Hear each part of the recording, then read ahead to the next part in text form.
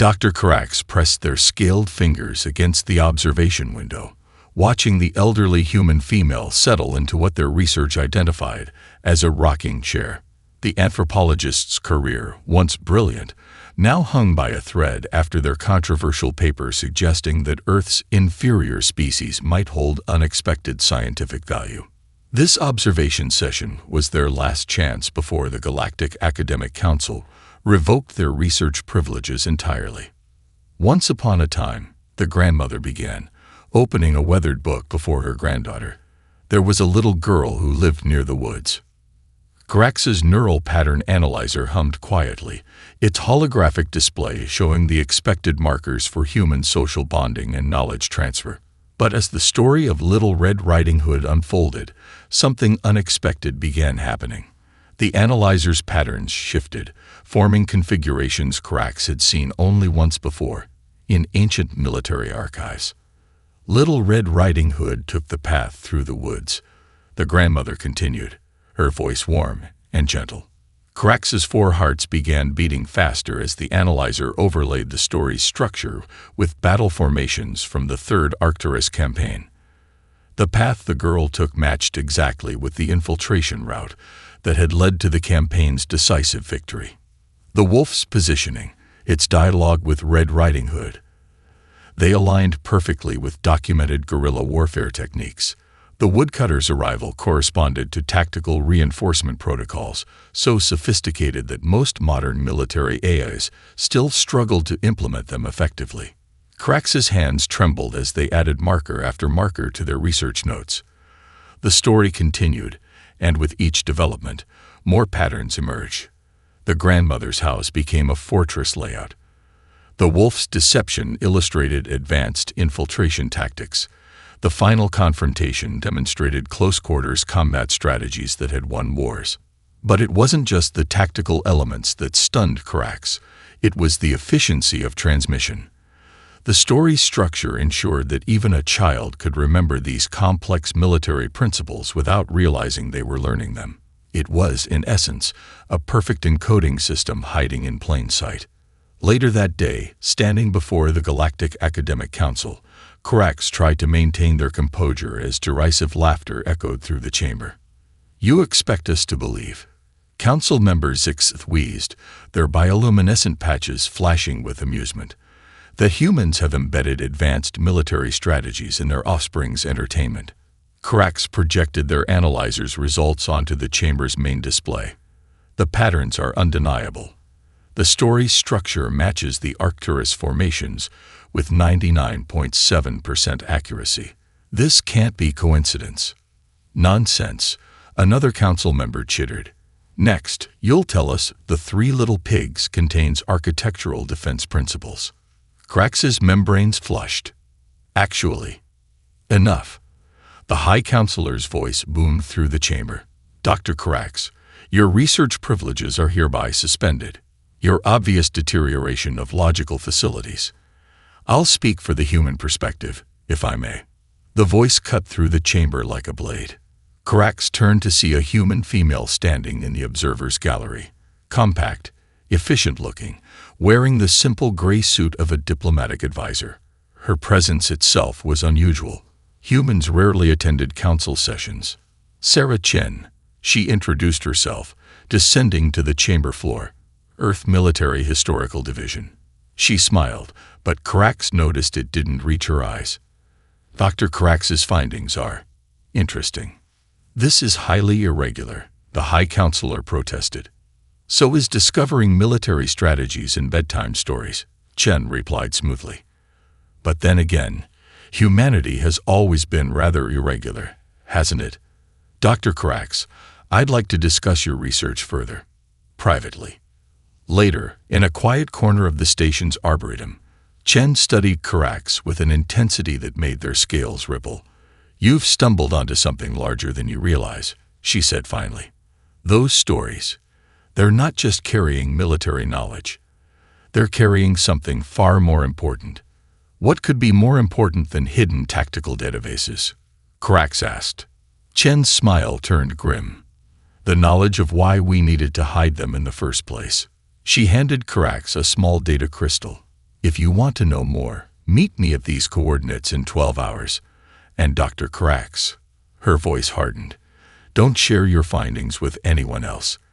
The Vex Empire has ears everywhere, and they've already taken an unhealthy interest in human children's literature.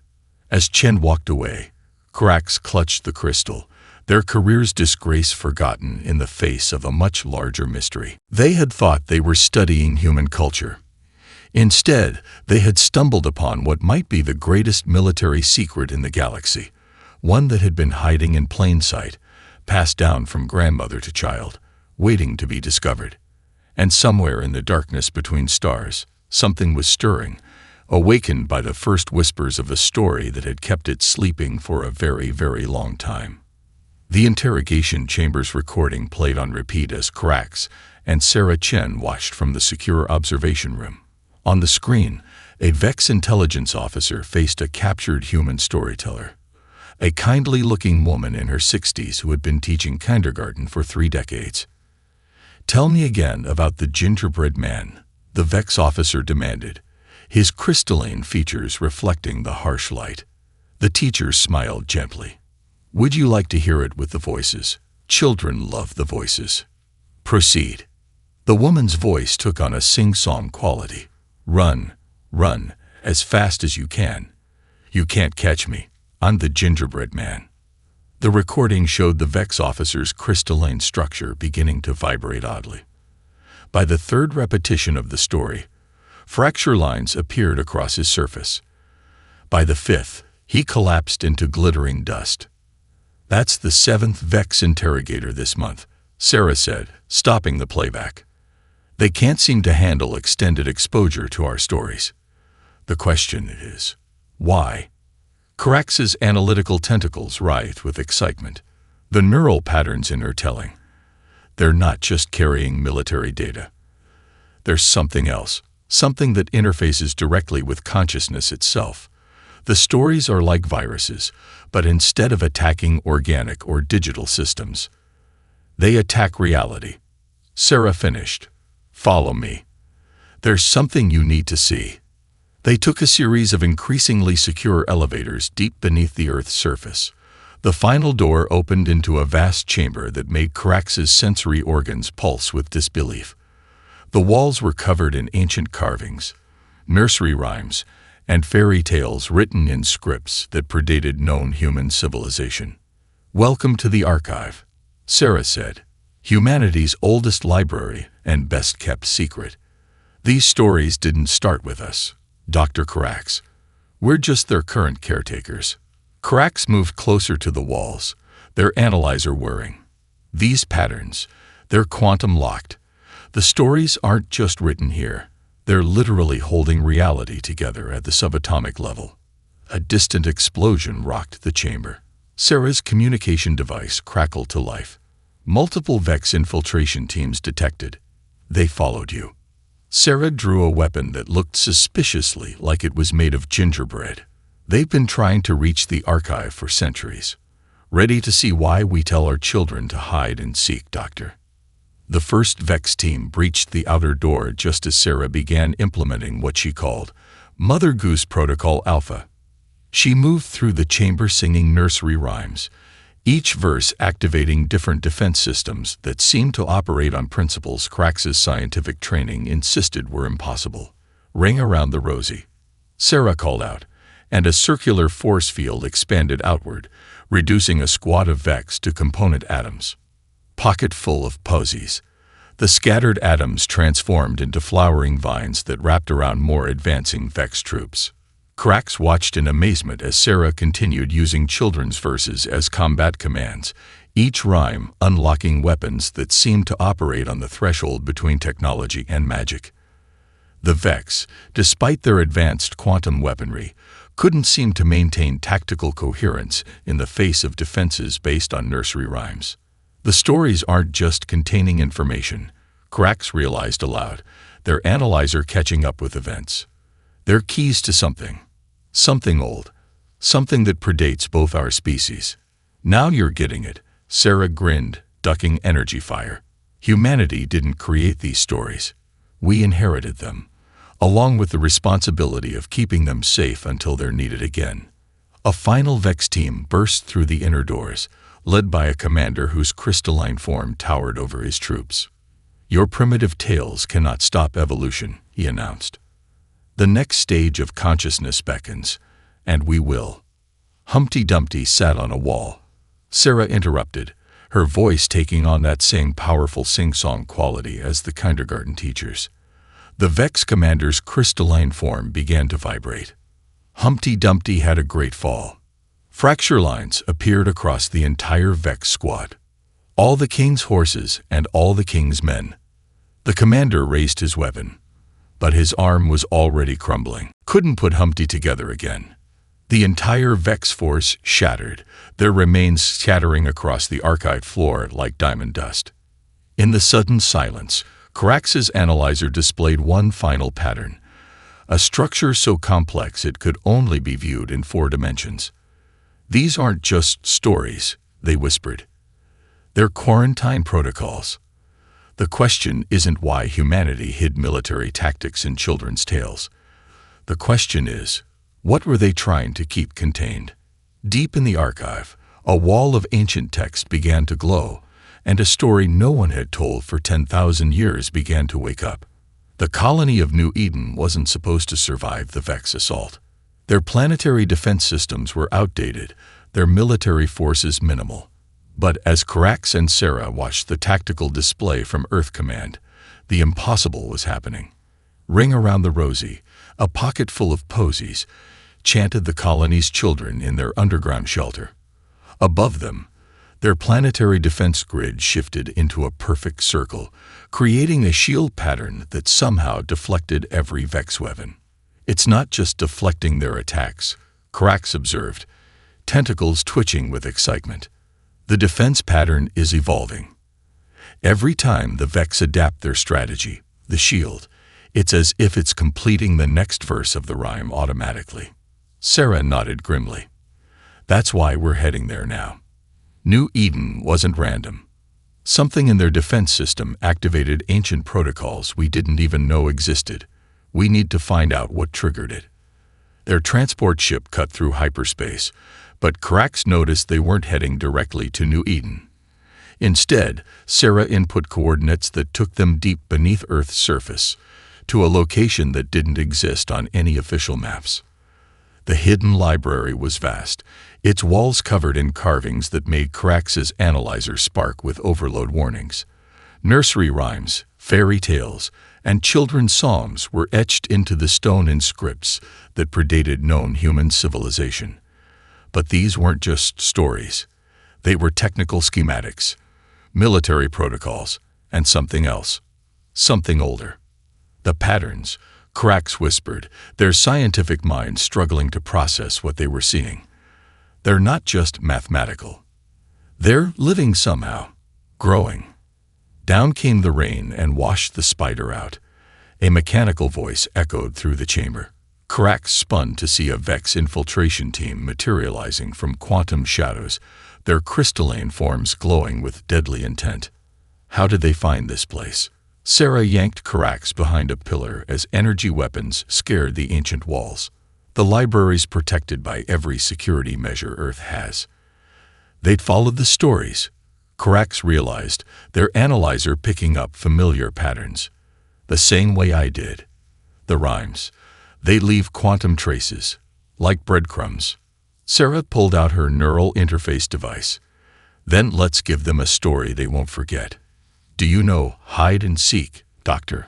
Before Carax could respond, Sarah began reciting something in an ancient language that made reality itself seem to hiccup.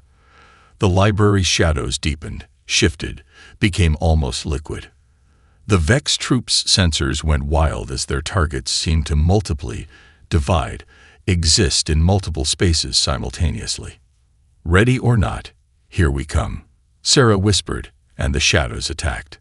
Carax watched in amazement as the Vex elite forces were systematically dismantled by what appeared to be living darkness, their advanced weapons useless against defenses based on a children's game. But something was wrong. The patterns were shifting too quickly, becoming unstable. "Sarah." The story's quantum structure is collapsing. If we don't stabilize it. Counting to 20, Sarah interrupted, her voice taking on that same sing-song quality Carax had heard in the kindergarten teacher's recording. 19, 18. The shadows began to coalesce, forming more stable patterns. The remaining Vex troops tried to retreat, but they were counting wrong, their mechanical precision working against them as the game's rules became physical laws. 3, 2, 1. Ready or not, here I come. The final phase of the protocol activated. The shadows solidified, revealing empty Vex armor scattered across the library floor. Whatever had been inside their crystalline forms was gone, hidden in a game of cosmic hide and seek they would never win. But victory came with a price. The library's walls were damaged, and through the cracks, Carax could see something that shouldn't exist. Quantum equations written in a language that hurt to look at, describing weapons that could unmake reality itself. The nursery rhymes, Carax said quietly. They're not just stories or military protocols. They're containment mechanisms, keeping something locked away. Something that knows how to end everything. Sarah nodded, her face grave as she studied the damaged walls. And now that containment is weakening. The Vex think they're fighting for evolutionary supremacy, but they're just pawns in a much older game. We need to get to New Eden. Now. As they rushed from the library, Carax's analyzer captured one final pattern. A structure so complex it could only be viewed in 4 dimensions, showing a timeline where humanity had faced this threat before and lost. Behind them, in the darkness of the ancient library, something stirred in the quantum shadows, something that remembered when the stories were first written and why they needed to be forgotten. The children's puppet show shouldn't have worked. It defied every principle of modern science, every rule of technological warfare. Yet as Carax and Sarah watched from New Eden's command center, a simple shadow puppet performance of the Pied Piper was activating defense systems that hadn't existed moments before. Follow, follow, follow me, sang the children's choir, their voices echoing through the colony's communication systems. With each verse, ancient machinery hummed to life beneath the planet's surface. Carax's analyzer showed impossible energy readings as reality itself seemed to bend around the simple melody. It's not just a story, Carax whispered, their tentacles trembling with revelation. It's a programming language, the oldest one in existence. Sarah nodded, her eyes fixed on the holographic displays showing the colony's transformation. Humanity didn't write these stories.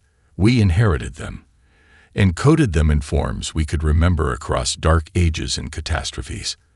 And now they're waking up. Carax finished. The Vex noticed too. Their massive cyber attack hit Earth's networks like a tsunami, targeting libraries, bookstores, and data centers worldwide. Stories began vanishing from databases, books turned to blank pages, and digital archives corrupted instantly. But something unexpected happened. As each story disappeared from its physical or digital form, children across Earth began reciting them from memory. Not just reciting, improving them, evolving them, adding new verses that contained combat protocols even the ancient texts hadn't revealed. The stories, Carax said, their analyzer struggling to process the patterns. They're not being destroyed. They're transforming, uploading themselves into organic memory networks that the Vex can't access. A small girl approached them in the command center, her eyes glowing slightly as she tugged on Sarah's sleeve. "Miss, I remember a new verse to the Pied Piper. Would you like to hear it?" Before Sarah could respond, the girl began to sing. The words were simple, childish even, but Carax's analyzer showed them containing encrypted commands that could reshape matter at the quantum level.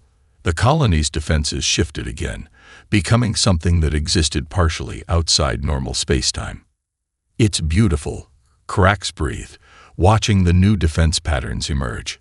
The stories aren't just preserving military knowledge. They're evolving it, creating new strategies that never existed before. The Vex fleet above New Eden launched another assault, but their weapons couldn't touch what they couldn't fully perceive. Their logical, mathematical approach to warfare proved useless against defenses based on nursery rhymes and fairy tales. "Access denied," chirped the colony's AI in a sing-song voice that hadn't been part of its programming. "Pay the piper's price." The lead Vex ship exploded as its quantum core encountered a defense pattern based on the musical notes from 3 blind mice.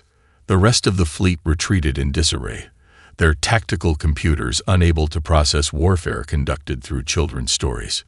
But victory brought new questions. Sarah's comlink crackled with reports from Earth.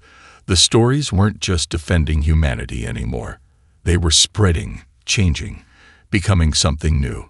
Children worldwide were dreaming in quantum equations, playing games that rewrote local physics, and telling tales that made reality itself stop to listen. "The stories want to be told," the little girl said, her eyes still glowing softly. "They'd been waiting so long, sleeping in our dreams until we were ready." Carax's analyzer pinged a warning. The patterns were growing more complex, more alive. "Sarah, these aren't just defense protocols anymore. They're instructions, a message from whoever created these stories in the first place." But who could that be? Sarah wondered, watching as more children gathered in the command center, their combined singing creating defensive algorithms that shouldn't have been possible. The little girl smiled, but there was something ancient in her expression. "Don't you remember? The stories always tell us, once upon a time isn't just how they begin. It's when they're from." Above New Eden, the stars seemed to flicker in rhythm with the children's songs, as if the universe itself was remembering a lullaby it had forgotten long ago. And somewhere in the quantum shadows between spaces, something vast and patient continued its slow awakening, called forth by tales it had written at the beginning of time. The Vex fleet appeared like a crystalline storm above Earth's orbital defense platforms. 300 ships strong, each one a masterpiece of logical warfare, but they hadn't counted on humanity's children. Little pig, let me come in," millions of young voices sang in unison across the planet. The Vex targeting systems stuttered, encountering defense patterns that shouldn't have existed. "Not by the hair of my chinny chin," the orbital platforms responded, their AI systems speaking in nursery rhymes that carried quantum encryption protocols. Cracks washed from Earth Command as their analyzer displayed the impossible. Human children were instinctively generating defensive algorithms that the most advanced AI couldn't crack. Each nursery rhyme contained weapon schematics. Each bedtime story held tactical formations that evolved faster than the Vex could adapt. "The first little pig built his house of straw," Sarah explained, pointing to the holographic display where the first layer of Earth's defenses shimmered into existence. "Basic particle shields. But watch what happens next."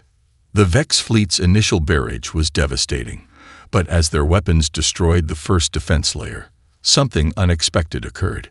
The destroyed shields transformed into a new pattern, one that matched the second verse of the tale. "The second little pig built his house of sticks," came the children's chorus.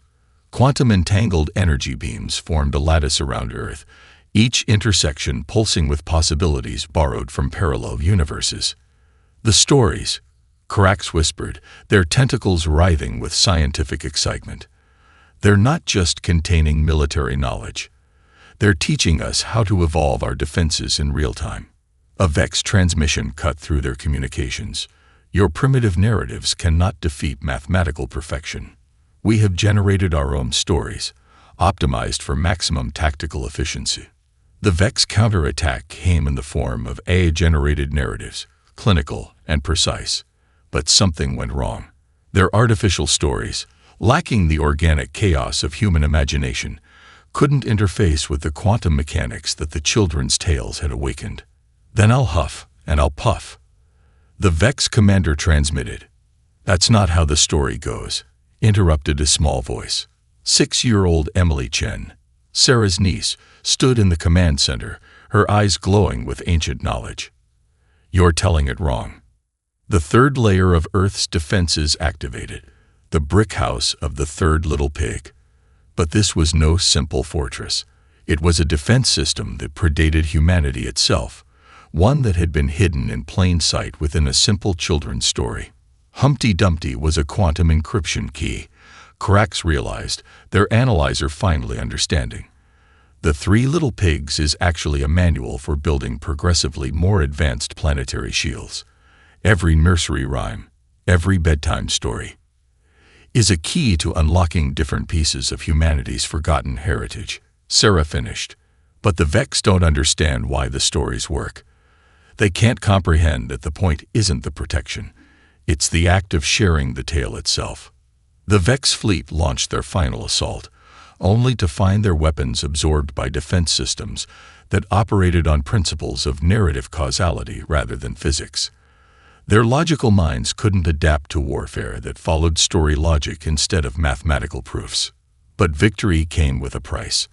As the children's voices rose in triumph, Crax's analyzer detected something else awakening. The quantum shadows between stars grew deeper, and in their depths, ancient eyes opened. "The stories are working too well," Crax said urgently. "They're not just accessing old technology. They're calling to something that was sealed away when these tales were first written." Emily turned to them, her voice carrying echoes of other children from other times. "The big bad wolf wasn't just a wolf," she said. "And the stories weren't written to remember how to fight. They were written to remember why we stopped." Above them, the defeated Vex fleet retreated into hyperspace. But in their wake, the stars began to flicker in patterns that matched the rhythm of humanity's oldest nursery rhymes. The stories had protected humanity once again. But in doing so, they had attracted the attention of something far older than either humanity or the Vex. Something that remembered when the stories were first told and why they needed to be sealed away in the minds of children, hidden from those who would understand them too well. The ancient library beneath New Eden held a secret that made Crax's analyzer shut down in self-defense. The walls weren't just covered in nursery rhymes. They were covered in warnings. Each beloved story was a seal, holding something back from the edges of reality. "Someone's been sleeping in my bed," Emily Chen whispered, her small hand tracing patterns on the wall that made space itself shiver. "That's not just about bears, is it?" Sarah placed a protective hand on her niece's shoulder. "No, it's not. Goldilocks wasn't just a little girl who wandered into the wrong house. She was the first one to find them sleeping." "Find what's sleeping?" Crax asked, though their scientific mind was already piecing together the horrifying truth. The answer came from the walls themselves as ancient text began to glow. Each fairy tale revealed its true nature, not as military strategy, but as containment protocols. The three bears were quantum wardens, the porridge bowls were stasis fields, and Goldilocks, she had nearly woken something that should never wake. "The Vex don't understand what they're doing," Sarah said, watching as more stories revealed their warnings. "Their attempts to corrupt our tales, to generate their own versions, they're weakening the seals." As if in response, a child's drawing appeared on every computer screen on New Eden. It showed something vast awakening between the stars, its form suggesting geometries that shouldn't exist. Similar drawings were being reported across human space. The stories were never weapons, Crax realized, their tentacles trembling. Their quarantine protocols, designed to keep humanity from reaching too far, too fast. Each tale is a warning about powers we once wielded, and the price we paid for them. Emily's eyes glowed with ancient knowledge as she began to recite. "3 blind mice, 3 blind mice. See how they run, see how they run." The words carried power that made reality ripple, and in response, something stirred in the quantum shadows. "They're not mice," the girl said in a voice that wasn't quite her own. "They're the ones who sleep between spaces, dreaming of when they ruled the stars. And they're not blind anymore." Crax's backup analyzer picked up impossible readings from the space between stars. The Vex's corruption of human stories hadn't just weakened the seals, It had created gaps in the quantum barriers that had kept ancient horrors dormant for millennia. "We have a choice," Sarah said grimly, studying tactical displays showing the Vex fleet regrouping for another attack. "We can use the stories as weapons, unleash their full power against the Vex, and risk waking things far worse," Crax finished, "or find another way." A transmission cut through their deliberation. The Vex commander, his crystalline form showing signs of story corruption. "Your tales carry power we didn't anticipate, but they've shown us something greater. The next stage of evolution beckons, and we will." "Stop." Emily's voice carried such authority that both humans and aliens fell silent. "You don't understand. The stories aren't about evolution. They're about remembering why we chose to forget." The library's walls pulsed with ancient power as more seals weakened. In orbit, the Vex fleet's attempts to generate counter-narratives were creating paradoxes in spacetime itself. And through it all, the children of humanity continued to draw pictures of something awakening, something that had been waiting for this moment since the first parent told the first child the first story. "Jack wasn't climbing toward heaven," Emily said, touching a carving of a famous beanstalk.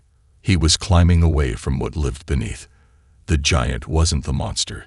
He was the guardian." Crax's analyzer finally reconstructed the full pattern, and the truth it revealed was devastating. "These aren't just stories," they whispered. "They're memories of a war humanity fought before they were human, before they sealed away their own power in tales so simple that nothing could guess their true meaning." "Until now," Sarah added grimly, watching as reality itself began to bend around the library's walls. Between the stars, ancient eyes opened, and in New Eden's library, the stories that had kept them sleeping began to tell themselves anew, racing against time to warn humanity once again of what they had chosen to forget. In the quantum shadows between moments, Crax watched as humanity's greatest secret revealed itself. The holographic display in Earth's deep command center showed a temporal anomaly forming, a message from humanity's future, encoded in the very stories that had protected their past. "Ring around the rosy," Emily chanted, but her voice carried echoes of other children. Future children, past children, all connected through the eternal circle of storytelling. A pocket full of posies. The temporal viewer activated, showing scenes from humanity's future. A civilization so advanced it had transcended physical form, facing a choice between godhood and extinction. They had chosen a third path, to hide their power in plain sight, sealing it away in stories so simple that nothing could guess their true meaning. The stories aren't just containing military knowledge, Crax realized, their analyzer finally understanding the full pattern. They're part of a time loop. Your future selves created these tales as a way to preserve civilization's knowledge through an impending dark age. Sarah nodded grimly. And the Vex discovered this. They're not trying to conquer us. They're trying to break the loop, to prevent humanity from becoming what we're meant to be. The command center's screens filled with images from across human space, children drawing the same symbols, telling the same tales, but with subtle variations that created new quantum algorithms. The stories were evolving, adapting, preparing humanity for what was to come. Mother Goose wasn't just one person, Emily said, her eyes reflecting starlight that hadn't reached Earth yet. She's all of us. Every parent who ever told a story, every child who ever listened. We're all part of the loop. Crax's analyzer detected a massive quantum surge as the Vex launched their desperate gambit, an attempt to rewrite the stories themselves. Their AI-generated narratives began infiltrating human networks, trying to corrupt the ancient tales with cold logic. But something unexpected happened. The children's versions of the stories began absorbing the Vex narratives, transforming them, making them part of the greater tale. The logical became magical, the calculated became mysterious, and the Vex found themselves becoming part of the very loop they were trying to break. "The stories want to be told," Emily whispered. "They remember when we were more than this, and they know what we can become again." Crax faced a choice. Their own species was allied with the Vex, seeing humanity's potential as a threat to galactic stability. But the patterns in their analyzer told a different story, one of a universe where every species had its own tales to tell, its own path to evolution. The nursery rhymes, Korax said suddenly, their tentacles writhing with revelation. They're not just human stories anymore. They're becoming universal constants, fundamental forces like gravity or time. The Vex aren't fighting humanity. They're fighting the universe's need to tell its own story. The temporal viewer showed more scenes. Future children of all species gathering to share tales, each story becoming part of a greater narrative that shaped reality itself. The time loop wasn't just preserving human knowledge. It was creating a new kind of consciousness, one that transcended individual species. Ashes, ashes, we all fall down, Emily sang, and the quantum patterns shifted again. The Vex corruption began to fade. Their logical narratives transformed into new kinds of stories that even they could understand. In orbit, the Vex fleet's weapons powered down as their crystalline crews began to experience something they had never known before, the power of pure imagination. Their logical minds, for the first time, encountered stories that couldn't be reduced to mathematics. They're not our enemies, Emily said, watching the transformation. They're just part of the story we haven't told yet. Korax made their decision. They transmitted their analyzer's findings to their homeworld, showing that humanity's evolution wasn't a threat. It was an invitation. The stories weren't weapons to be feared, but bridges to be crossed. As the temporal loop began to close, completing another cycle in the eternal telling of tales, Korax understood at last. The future hadn't hidden its power in humanity's stories to keep it safe.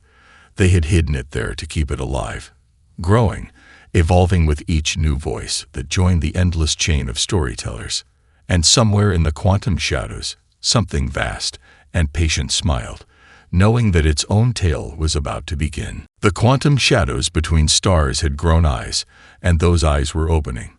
As reality itself began to unravel around the edges, Korax and Sarah realized that neither victory nor defeat would be enough. They needed something else entirely, a new story.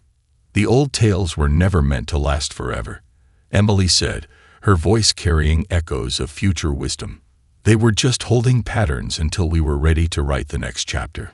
The command center of New Eden had become a gathering point for children, both human and, surprisingly, young Vex who had evolved beyond their crystalline forms. They sat together, sharing tales that rewrote the local laws of physics with every word.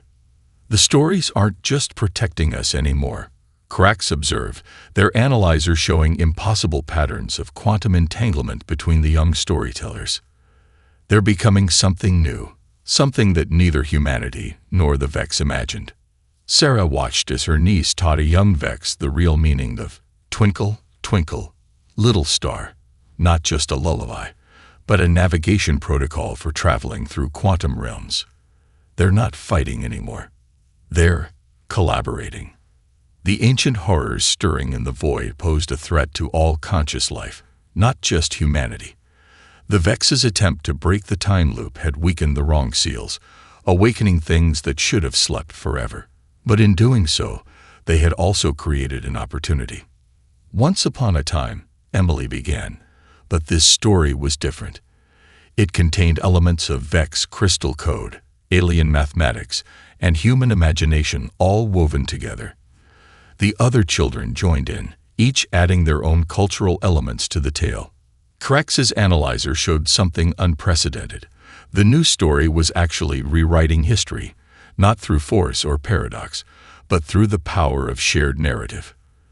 The past was changing, not to avoid the apocalypse, but to include everyone in the solution. The stories were never meant to be weapons, Sarah realized, watching as reality reformed around the children's words. They were meant to be bridges. We just forgot how to cross them. The young Vex, their crystalline forms now capable of expressing emotion, added their own verses, logical proofs that somehow rhymed with human nursery rhymes. The combination created new forms of mathematics, new ways of understanding the universe.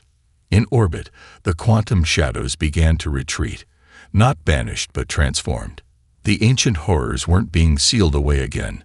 They were being invited into the story, given roles that transformed their destructive power into creative force. Every tale needs its dragons, Emily explained to her Vex friends. But dragons can learn new ways to dance. The time loop that humanity's future selves had created wasn't breaking. It was expanding, becoming large enough to encompass all species, all possibilities. The stories were no longer just human heritage, but a shared legacy of all conscious life. Cracks, watching their analyzer display the new patterns, understood at last. This was always the plan, wasn't it? Not to preserve the power until humanity could reclaim it, but until everyone was ready to share it. The children's story reached its climax, a tale that had never been told before in all of history. It spoke of different species learning to share their dreams, of ancient powers learning new dances, of a universe where every voice added to the greater narrative. Reality stabilized, but it was a different reality than the one they had started with. The quantum shadows had eyes now, but they were friendly eyes, watching over a new generation of storytellers who knew no boundaries between species or civilizations. Decades later, Cracks would visit the New Eden Library again. The walls were covered in new stories, tales written in human words, Vex crystal code, and a dozen other alien scripts. Children of all species gathered there to learn the art of collaborative storytelling, each tale they created adding to the complex quantum equations that kept the universe dancing. And in the quiet moments between stories, if one listened carefully, they could hear the quantum shadows humming along, adding their own verses to the eternal tale of consciousness evolving, growing, and learning to dream together. And they all lived happily ever after, Emily would tell her own children years later. But that was just the beginning of the story. For in the end, that's what the universe had always been. Not a battlefield of competing species, but a tale waiting to be told by everyone brave enough to add their voice to the chorus. And somewhere in the quantum shadows, something vast and gentle continued to watch, knowing that its own story had finally found its proper place in the greater narrative of existence.